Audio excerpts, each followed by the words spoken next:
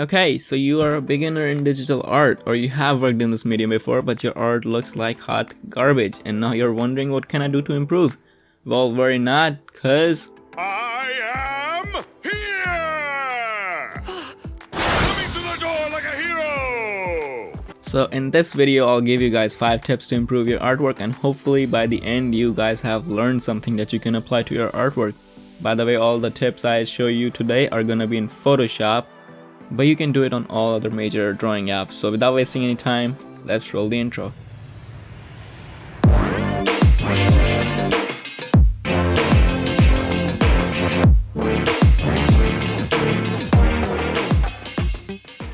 Alright, so the first tip of the day here is flipping your canvas. By flipping, I mean literally mirroring your artwork. I'll show you how to do it here in Photoshop. So go to Edit, Transform, and select Flip Horizontal. If you have multiple layers going on, you can press Ctrl or Command if you're on Mac and select all the layers you want to flip.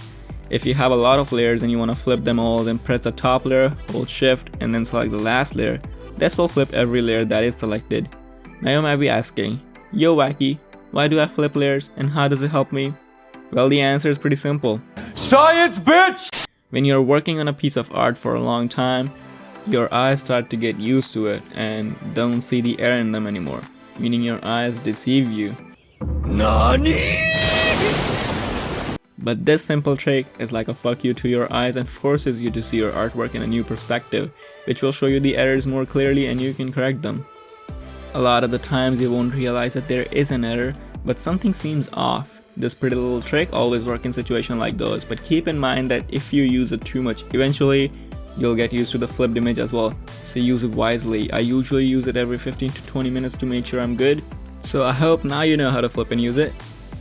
For the next step, we have Liquify Tool. What is that, you ask? Well, if you don't know about it, for you it's gonna be like a second dad that you never knew about. I can't even remember how many times it has saved my ass. Literally the first time I used it, it was like, Oh my goodness! it's like an overpowered magic trick that only us digital artists can use. Sucks to be you, traditional guys. So let me first show you how to do it and then we'll talk about when and where to use it. So in order to use it in Photoshop, you have to go to Filter, select Liquify, or you can just press Ctrl-Shift-X or Command-Shift-X if you're on Mac. It will open up a new window and you will have a brush which you can use to push around stuff in your drawings. You can also adjust the brush size on the right side and even change the effect of the brush. So it is basically used as a correction. As I mentioned before in tip number 1, flipping your canvas can show you some errors and you can use Liquify tool to fix those. Other times you can use it to fix proportions and make minor adjustments to your drawing. Moving on, tip number 3 is drawing your base sketch in a different color. This is me assuming that you are already making a base sketch. You are, right? Right? So this is a super simple tip to learn and implement. Just simply whenever you're making a rough sketch, just make it in a different color. It doesn't matter what color you choose. I personally go for pastel blue for my sketch. The reasoning behind this is that whenever you're making the final sketch, if your base sketch is overlapping with the final, it can be hard to distinguish and it can end up confusing you and take more time than usual. Some people just turn the opacity down of the base layer, which does help, but I personally find it way more easier to draw my base sketch in a different color and turn the opacity to around 30-40%. Something like this. This helps distinguish the base and the final sketch. If you have already drawn the base sketch in black, don't worry, you can still change it. Just do a transparency lock on the layer, increase your brush size, and color the whole thing with your desired color. Thank me later for this. Talking about the base layer, we have tip number 4.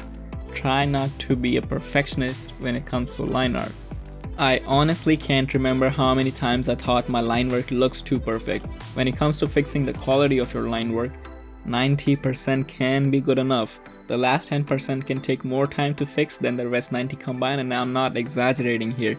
I personally feel that a more rough looking line work depicts your character more through your art. When I started up, I was trying to perfect each and every line, but you realize that we don't make mistakes. We have happy accidents. But seriously, rough art looks way more appealing a lot of the times. Let me show you these two drawings of the same character I made. One is with crisp and smooth lines, other is with more of a rough look. Tell me which one you prefer.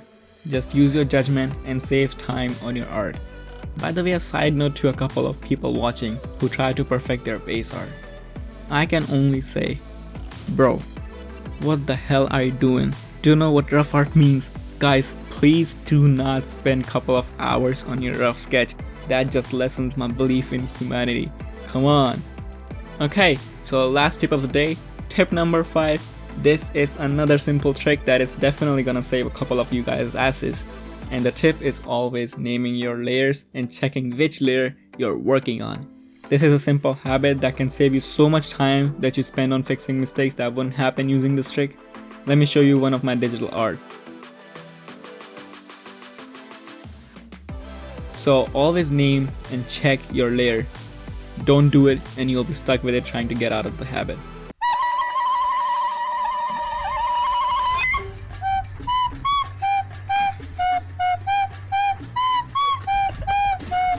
Okay, now that we have seen all 5 tips, I have a bonus tip for you, which is to save your art.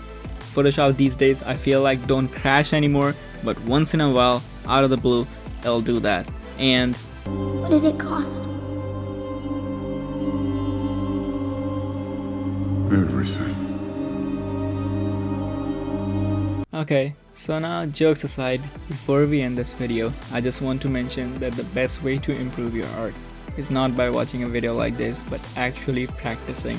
I really appreciate that you guys are watching my video, but if you're slacking off, you just gotta practice more, man.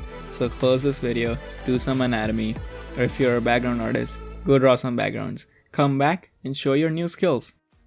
So that's it for today.